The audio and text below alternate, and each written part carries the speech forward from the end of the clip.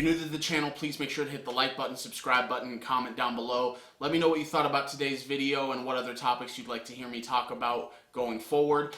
And as always, I want to preface by saying I'm not a football expert. I'm just a fan who's naturally obsessed. And today's video, we're going to talk about Baker Mayfield and where we stand with where he's going to play in the upcoming season. And the inspiration for today's video, I was flipping through channels a little earlier and I saw a report come out that stated the Cleveland Browns are now willing to eat a majority of Baker's salary for next season to whichever team they trade him to. And that got me thinking, right now the market for Baker Mayfield clearly isn't very strong. Otherwise, I think we would have seen him moved quite some time ago. And with Baker, it's very hard for me personally, and I know a number of people who are also Baker Mayfield fans, because I've loved Baker Mayfield ever since he was in college, and I was all on the Baker hype train after his rookie year. He looked to be the real deal. I did not support the Cleveland Browns drafting him #1 overall. I thought it should have been Sam Darnold, so there's another joke on me. That's worked out wonderfully. But I was a fan nonetheless, still am a fan, and want nothing for him but to succeed. But the unfortunate thing of where we're at right now is Baker Mayfield has brought this mostly on himself. And I emphasize the mostly because there are some circumstances that are out of Baker Mayfield's control, which is where we're at right now. And I can understand to a certain extent of why he's so hurt and feels the need to share what he doesn't like with everyone. I mean, look at who they moved on for as opposed to Baker Mayfield. Deshaun Watson. And morally, I'm not going to get into this because I could go on for days, and I'm sure a few of you have some opinions you'd like to share, and we could go back and forth talking about it. I'm not interested in that. It is what it is. So morally, I don't agree with it, but from a pure talent perspective, Deshaun Watson's a clear upgrade over Baker Mayfield. Make no mistake about it. He is. So they chose to get someone who's better. Baker Mayfield looked at everything he felt he went through for that organization, and he did. He did. Playing most of last year severely injured. He put his body on the line on a weekly basis for that team and for himself. Let's not get that twisted either, because he was playing for that big contract. And it's very unfortunate that we're where we're at right now, because two things to consider. One is after Baker led them to that playoff win in Pittsburgh, Cleveland was rallying around him, the team was rallying around him, and Baker looked like, sure thing, Brown's savior. Cleveland offers him a contract extension, and Baker says no, because I think I can make more, and I'm going to prove I'm worth more. So we get to the point in the season where he injures himself and chooses to play through the injury. I'm of the belief, and I know a number of people who also share this belief with me. If you disagree with this, please let me know why in the comments down below. But I'm of the belief that if Baker plays through the injury for 2 or 3 weeks, realizes I can't perform at a level that's going to keep us competitive enough to win, and opts to have season-ending surgery, I believe, no question in my mind personally, Baker Mayfield is still the quarterback of the Cleveland Browns for this upcoming year. Because we can just go on and say, well, yeah, he played terribly. Look at the injuries he sustained that required season-ending surgery. But what drew the Browns to move off of him was the continuous need to talk.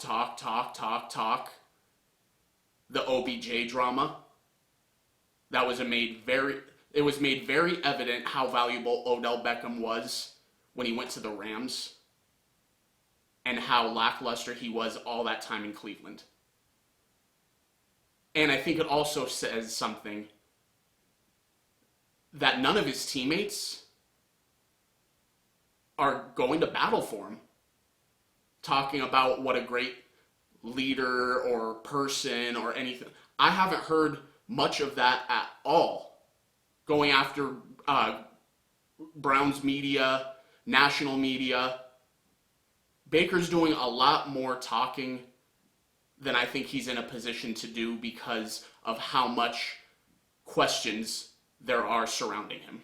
So, that being said, I did some digging. I was doing a lot of research after seeing what came out about the Browns willing to eat that salary. Just seeing where we stand currently with Baker Mayfield's market and which teams could potentially. I'm not saying nothing has been confirmed, but who has been linked the most to Baker Mayfield? And overwhelmingly, I found 6 teams. The Atlanta Falcons, the New Orleans Saints, the New York Giants, the Houston Texans, the Seattle Seahawks, and the Carolina Panthers.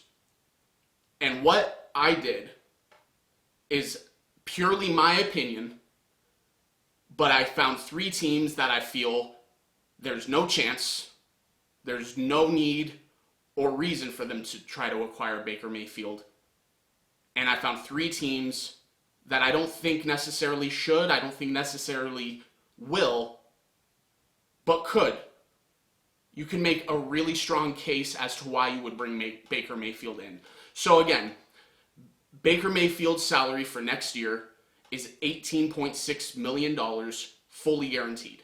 And with the Browns saying they'd be willing to eat most of that, it would incentivize someone who, bringing in a guy who's starting caliber. Make no mistake about it, Baker Mayfield is one of the 32 best quarterbacks in the NFL. Where does he lie though? Definitely not top 20 at this point. I don't think that's even debatable.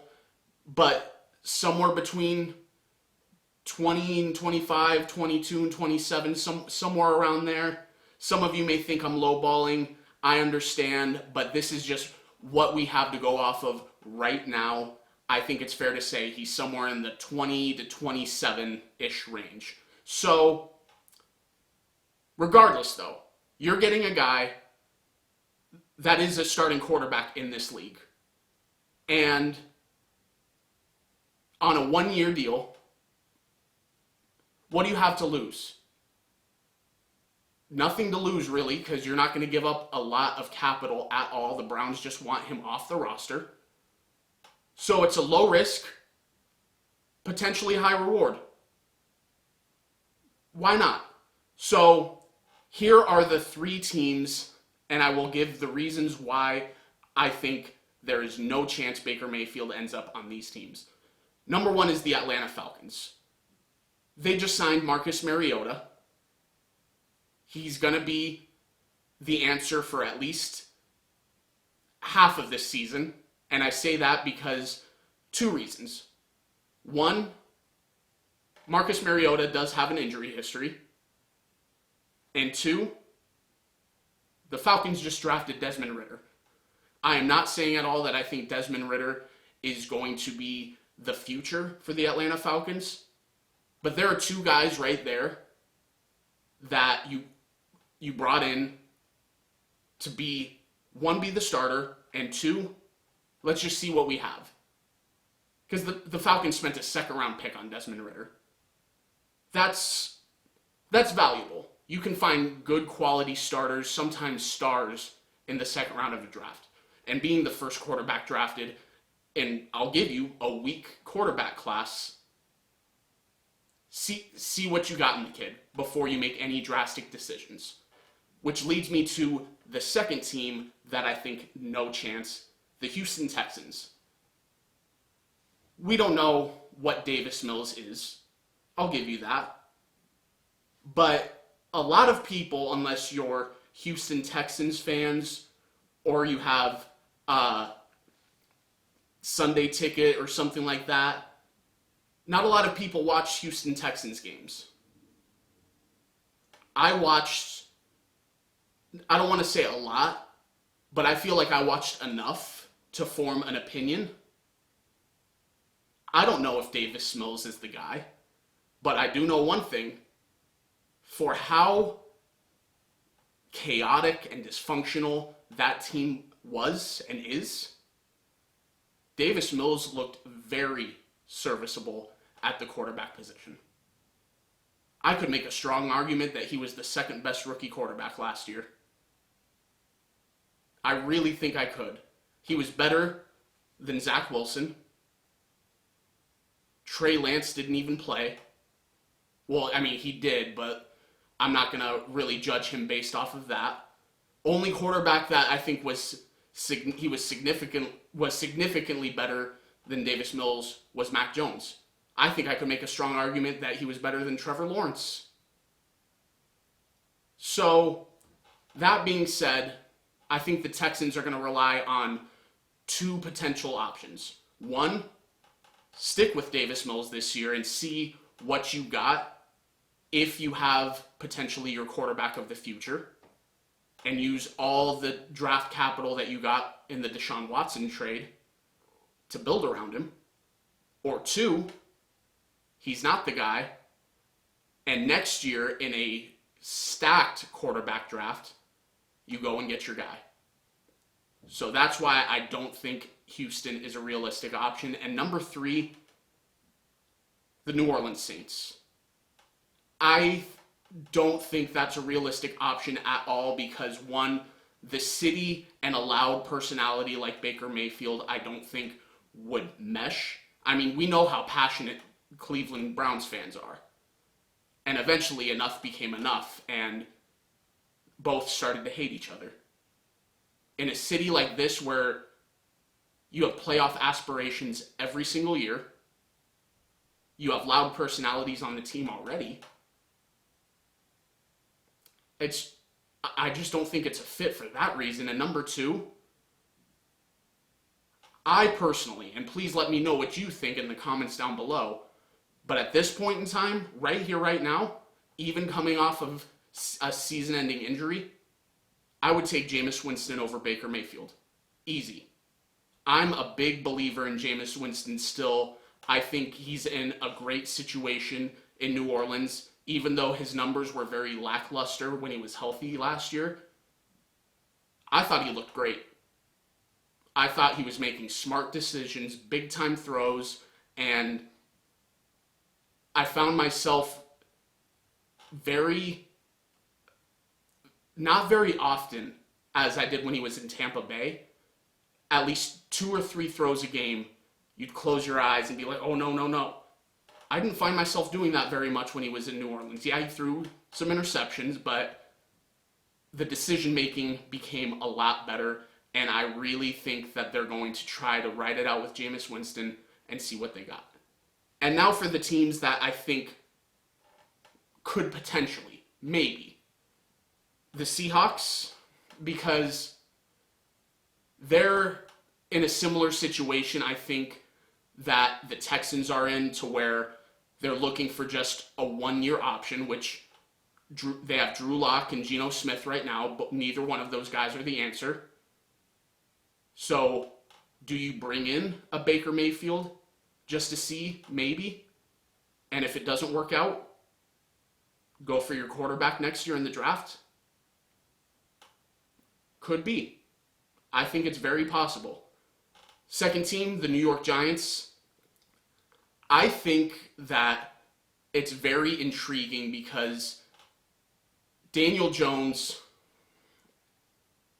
to a slightly less degree, reminds me a lot of Mitch Trubisky as far as athleticism goes. Trubisky's a much better thrower of the football, much better ball security, but as far as athleticism, extending plays, things like that, I think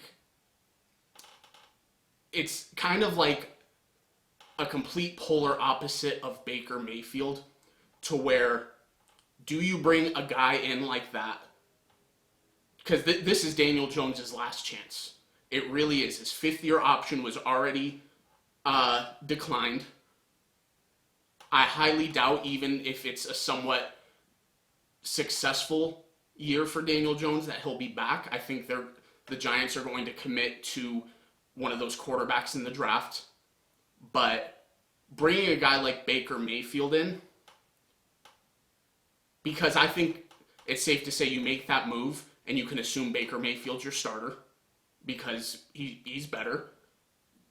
But does that push a guy like Daniel Jones, who's never really, other than his rookie year with a much out of his prime old Eli Manning, had to work to being a starting quarterback? It's just something to think about. And then the last one is the Carolina Panthers, which that's a team that's been talked about a lot. A lot of players on that roster have been very outspoken in saying, no, we don't want him, we don't want him. But right now, for a team with a very impatient owner that wants to win, feels like they have pieces necessary to win, would you rather have Sam Darnold or Baker Mayfield at this present time? Because Sam Darnold, God, he makes me so angry because the talent's there. It really is. He does throw a very nice football, but the decision making, how he tends to panic under pressure, things like that are, and the fact, and I understand what he's had to work with. You had the New York dysfunction, and then you were brought into Carolina, learn a completely new system, and it became very overwhelming, which is another point of concern. Being overwhelmed by change. Sam Darnold's not the answer. This is his last year in Carolina. So, with that being said, do you bring in Baker Mayfield to try to just win now? Win now, see what you got, and worst case scenario, I sound like a broken record, but next year's quarterback draft is so strong. I think right now in Vegas, the current over-under for first-round quarterbacks next year is at 6.5. And there are people who are taking the over on that. I think it's going to be more like 5 or 6 personally, but the fact that it's that high in Vegas and there are people who are betting the over on that, reputable people, not just regular Joe Schmoes like me being like, oh, let's see if I can make some over 6.5.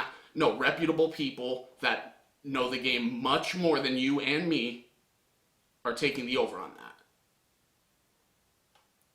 So, like I said, for these teams, very low risk, potentially high reward. But yeah, let me know what you guys think about this whole Baker Mayfield situation, where you think he's going to end up, and if you think there's a future for him in the NFL. I'd really love to hear where you guys are at with it. Please don't forget to hit the like button, subscribe button, and comment down below. Let me know what you thought about today's video, and I'll talk to you guys later. Thanks, guys.